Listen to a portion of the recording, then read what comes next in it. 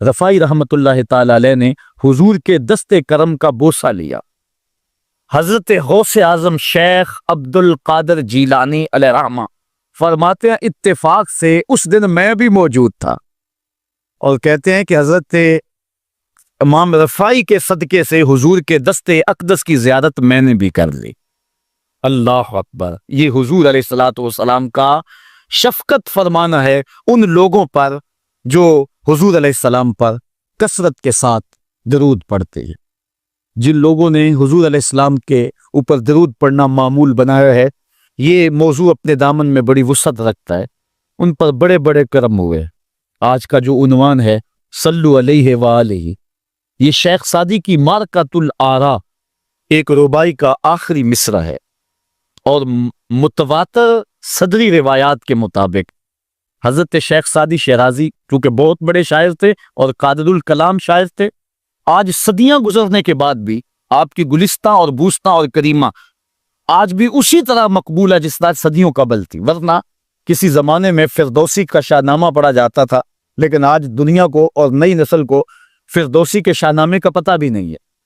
لیکن کوئی بھی فارسی مذاق رکھنے والا ہو وہ شیخ سعدی سے ناآشنا نہیں ہو سکتا۔ ان کو جو مقبولیت تامہ ملی ہے، ایسے قادر الکلام شاعر کہ جس عنوان پر بھی آتے حد کرتے چلے جاتے۔ حضرت شیخ سعدی شیرازی اگر حضور کی مدح میں قلم اٹھاتے ہیں تو ان کا اسلوب بڑا خوبصورت ہے۔ کریم السجایا جمیل الشیم نبی البرایا شفیع الامم، زباں تا بود در دہاں جائے گیر ثنائے محمد بود دل پذیر، حبیب خدا اشرف انبیاء۔ اگر لکھتے ہیں تو حد کرتے چلے جاتے۔ اب انہوں نے حضور کا قصیدہ لکھنا شروع کیا، اور کیا لکھتے ہیں؟ بالغ العلا بکمالہ۔ اس کا معنی ہے کہ آپ اپنے کمال کی وجہ سے بلندیوں تک پہنچے۔ کشف الدجا بجمالہ، اور آپ کے چراغ حسن نے اندھیروں کو دور کر دیا۔ حسنت جمیع خصالہ، اور آپ کی ساری خوبیاں با کمال ہیں۔ ربائی کو ربائی اس لیے کہتے ہیں کہ وہ 4 اشعار پر مشتمل ہوتی ہے۔ اب 3 اشعار کے اندر بھی جو ہے وہ مضمون تھا وہ مکمل ہو گیا، اور انسان جب مضمون کو مکمل کر لے تو اس وقت پھر نیا جملہ لانا اس کے لیے مسئلہ بن جاتا ہے کہ آگے لکھے تو کیا لکھے، مضمون تو مکمل ہو گیا۔ اب یہاں کیا تھا؟ بالغ العلا بکمالہ کشف الدجا بجمالہ حسنت جمیع۔ اگر اس کا معنی ذہن میں ملحوظ رکھیں تو آگے جو چوتھا جملہ ہے اس پہ آپ کو لطف آئے گا۔ بالغ العلا بکمالہ، وہ اپنے کمال سے، اپنی طاقت پرواز سے، اپنی قوتوں سے، اللہ کی دی ہوئی عطا سے وہاں تک پہنچے جہاں تصور بھی نہیں پہنچ سکتا۔ کشف الدجا بجمالہ، ان کے جمال نے کائنات میں اجالے پھیلا دیے، روشنیاں کرتی، اندھیرے چھٹ گئے۔ پھر آخر میں حسنت جمیع خصالہ، کیا بتائیں ان کی ہر خوبی، ہر خو و خصلت ہی اچھی ہے۔ اب بات تو مکمل ہو گئی، لیکن ربائی چاہتے تھے۔ شیخ سعدی پریشان ہے، اسی پریشانی میں نیند آ گئی، سوئے تو حضور کا دیدار ہوا۔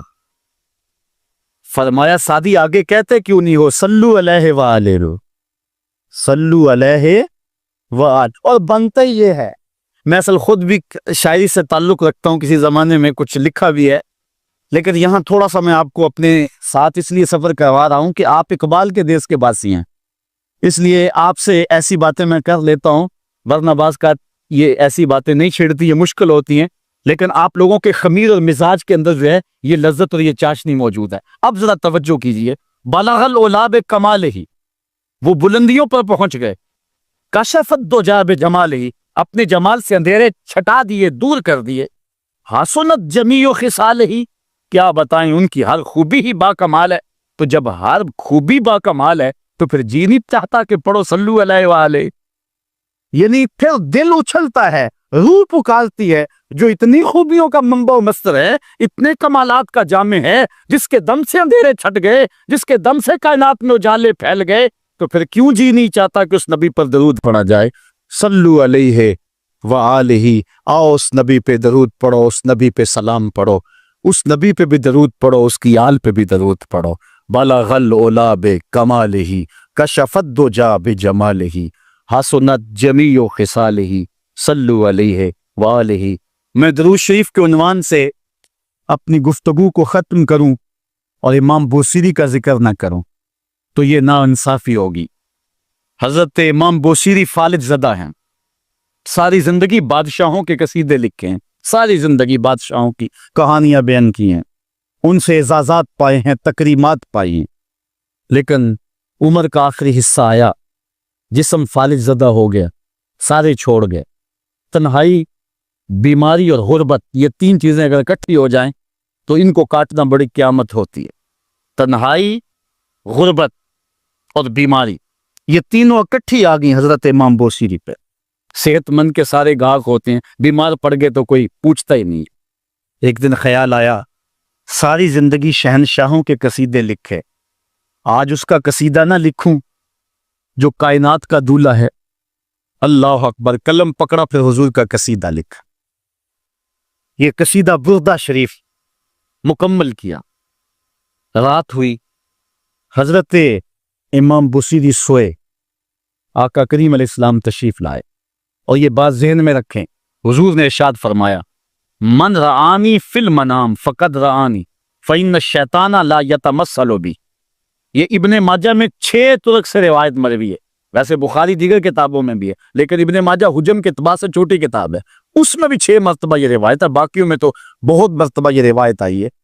ابن ماجہ میں 6 طرق سے یہ روایت ہے۔ حضور نے فرمایا، جس نے مجھے خواب میں دیکھا اس نے مجھے ہی دیکھا، شیطان خواب میں آ کر بھی میری مثل ہونے کا دعویٰ نہیں کر سکتا۔ اچھا، دوسری بات، جس نے حضور کو دیکھا اس نے حضور کو دیکھا، اور جس نے حضور کو دیکھا حضور اس کے خواب میں قصد، ارادے اور مرضی سے آئے۔ میں کسی کے خواب میں جاؤں، آپ کسی کے خواب میں آئیں، نہ آپ کو پتا ہوتا ہے نہ مجھے پتا ہو، مجلس سجی ہے، میں گفتگو کر رہا ہوں، اٹھ کے آپ چلے جائیں گے، جا کے سو جائیں، میں خواب میں دوبارہ گفتگو کرتا ہوا پایا جاؤں، مجھے آپ اٹھ کے فون کرے، جناب آج خواب میں آئے تھے، تو مجھے تو نہیں پتا ہوگا، یا آپ کو میں دیکھ لوں دوبارہ تو آپ کو علم نہیں ہوگا۔ لیکن حضور جس کے خواب میں جائیں قصد، ارادے اور مرضی سے جاتے ہیں۔ تیسری بات، خواب میں کسی کو کچھ کوئی دے تو وہ محض خواب ہوتا ہے۔ لاٹری نکل آئی، کروڑ پتی بن گیا، صبح اٹھیں گے تو کروڑ پتی ہوں گے یا کنگال ہوں گے؟ وہ کیا کسی نے کہا تھا 100 بار میرے ہاتھوں میں تیرا دامن آیا، جب آنکھ کھلی تو اپنا ہی گریباں تھا۔ کچھ نہیں ہوتا، خواب خواب ہوتا ہے، لیکن حضور کو اگر کوئی خواب میں دیکھے اور حضور کچھ عنایت کرے تو وہ محض خواب نہیں ہوتا۔ حضرت شاہ ولی اللہ محدث دہلوی فرماتے ہیں، میرے والد شاہ عبد الرحیم نے خواب میں انہوں نے حضور کو دیکھا تو آقا کریم علیہ السلام نے اپنے 2 منہ مبارک ان کو عطا کیے۔ کہتے ہیں جب اٹھے تو دیکھا کہ منہ مبارک نہیں تھے، تو پھر ان کی کیفیت وہی ہو گئی، اور پھر حضور خواب میں ملے، فرمایا کہ ہم نے تیرے سرہانے کے نیچے رکھ دیے۔ تو کہتے ہیں کہ وہ 2 بال حضرت شاہ ولی اللہ محدث دہلوی فرماتے ہیں ان کی علامت یہ تھی کہ وہ صندوق میں ہم رکھتے تھے، جب اس کو دھوپ میں لے کے نکلتے بدلی سایہ کیا کرتے تھے، اور فرماتے ہیں کہ جب وراثت تقسیم ہوئی تو ایک بال میرے حصے میں آیا، حضور کا منہ انور، حضور کا منہ مبارک۔ تو جس نے حضور کو خواب میں دیکھا حضور کو ہی دیکھا، حضور قصد سے آئے، جو دیا حقیقت میں دیا۔ اور چوتھی بات، وہ بخاری کی روایت ہے، حضور فرمایا، من رآنی فی المنام فسیرانی فی الیقظہ، جس نے مجھے خواب میں دیکھا ان قریب جاگتے بھی دیکھ لے گا۔ شارحین لکھتے ہیں ساری زندگی نہ دیکھ سکا، جب روح نکل رہی ہوگی رخ محبوب سامنے ہوگا، اور اگر اس وقت حضور کا دیدار ہو جائے تو اور چاہیے بھی کیا، سوکھا نکلے سا ظہوری جے ویخ لواں مکھ تیرا، اگر اس وقت حضور کا دیدار ہو جائے تو اور کیا چاہیے۔ تو حضرت امام بوصیری کہتے ہیں کہ میں سویا مقدر جاگا، حضور تشریف لائے، فرمایا بوصیری جو قصیدہ لکھا ہے وہ سناؤ تو صحیح۔ تو انہوں نے وہ مشہور قصیدہ مولا صلی وسلم دائمن آباتا، وہ قصیدہ حضور کی خدمت میں پیش کیا، تو آقا کریم علیہ السلام نے اپنا دست شفا ان کے بدن پہ پھیرا، اور حضور نے اپنی چادر اتار کر کے حضرت امام بوصیری کو دے دی۔ بردہ عربی میں کہتے ہیں جو ہے وہ چادر کو، اسی لیے اس قصیدے کو قصیدہ بردہ کہتے ہیں، وہ قصیدہ جس کی جزا میں چادر عنایت ہوئی تھی۔ حضرت امام بوصیری جب اٹھے تو بالکل ٹھیک تھے، چادر اوڑی اور مسجد میں نماز پڑھنے کے لیے جا رہے ہیں۔ راستے میں ایک درویش کھڑا تھا، کہا بوصیری رات والا قصیدہ تو سناؤ جو تم نے لکھا ہے۔ حضرت بوصیری کہتے ہیں میں نے لکھا تھا اور کسی کو پتہ نہیں تھا۔ میں نے کہا کون سا قصیدہ؟ کہنے لگے بھولے نہ بنو جو حضور کو سنایا تھا. کہنے لگے کہ میں نے کہا کہ تجھے کیسے پتا ہے؟ کہا بتاؤں یہ چادر کون سی ہے؟ اللہ اکبر. تو امام بوصیری رحمت اللہ تعالی علیہ نے حضور علیہ السلام پر یہ درود لکھا، مولا یصلی وسلم دائماً ابدا، اور یہ جزا پائی. حضرت سید محمد بن سلیمان رحمت اللہ تعالی علیہ ایک بزرگ گزرے ہیں. یہ 708 ہجری میں پیدا ہوئے تھے. کہتے ہیں کہ میں ایک دن کسی بستی سے گزر رہا تھا اور وہاں ایک کنواں تھا، اس کا پانی تھوڑا سا نیچے تھا اور میرے پاس کوئی چیز نہیں تھی جس سے میں ڈول ڈال کر کے وہ پانی نکال سکوں. میں متحیر کھڑا تھا. ساتھ ہی ایک شکستہ سا کچا سا مکان تھا، اس مکان کے اوپر ایک چھوٹی عمر کی لڑکی کھڑی تھی.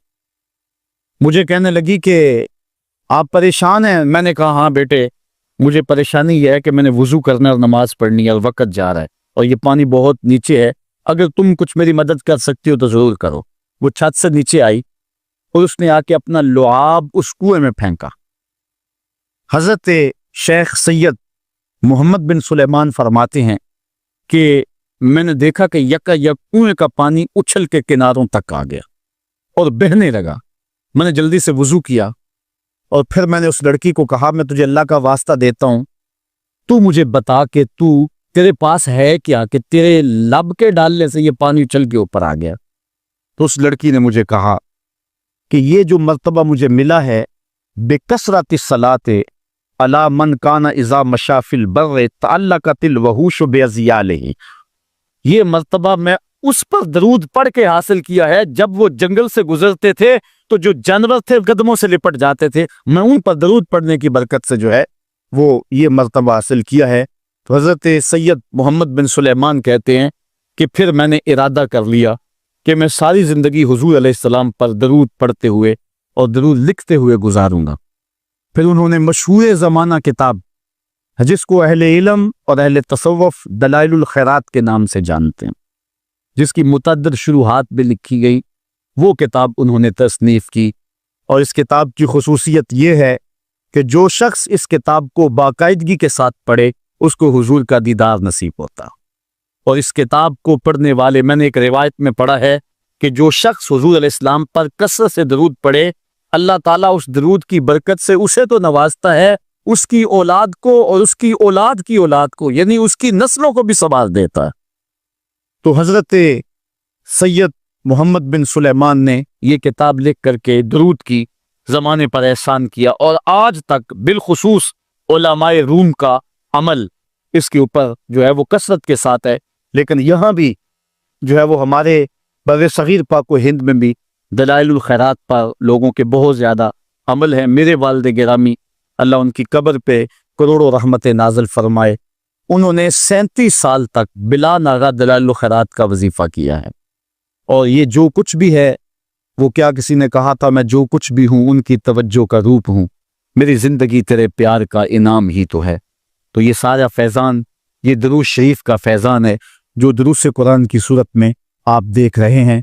حضرت سید محمد بن سلیمان رحمت اللہ تعالی علیہ کا پھر انتقال ہو گیا اور سوس نامی ایک بستی کے اندر ان کو دفن کر دیا گیا.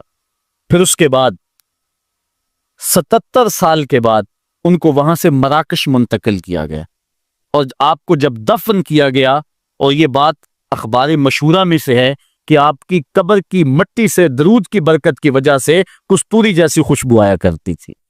اور جب اتنے طویل عرصے کے بعد ان کو قبر سے نکالا گیا تو جب وہ فوت ہوئے تھے تو انہوں نے تھوڑی دیر پہلے حجامت بنائی تھی، اور جب لحد سے ان کو نکالا گیا 77 برس بعد تو ایسے لگتا تھا کہ جس طرح ابھی خط کروایا ہے. اور لوگوں نے ان کے جسم کو انگلی لگا کر کے دیکھا تو جس طرح ایک زندہ شخص کے جسم کو انگلی لگائیں تو خون ہٹ جاتا ہے اور جگہ زرد ہو جاتی ہے، تو ایسے ہی لوگوں نے پایا کہ جگہ زرد ہو گئی. پھر انگلی اٹھائی تو جو ہے وہ پھر وہاں دوبارہ سرخی آنے لگی. تو اس شخص نے بتایا کہ یہ دیکھو کیا ہے، تو پھر جو بھی زیارت کرنے آتا وہ انگلی لگا کے دیکھتا اور اس طرح دباتا آپ کی جلد کو، اور وہ زرد ہو جاتی اور پھر دوبارہ خون آتا. تو پھر ان کی زیارت بند کر دی گئی اور وہاں سوس سے اٹھا کر کے ان کو مراکش کے اندر دفن کیا گیا. جو شخص حضور علیہ السلام پہ درود پڑھے تو اس کو حیات جاودہ مل جاتی ہے، اور صاحب درود نبی کا کمال اور مرتبہ کیا ہوگا۔ تو فرمایا ان اللہ و ملائکتہ یصلون علی النبی یا ایھا الذین آمنوا صلوا علیہ وسلموا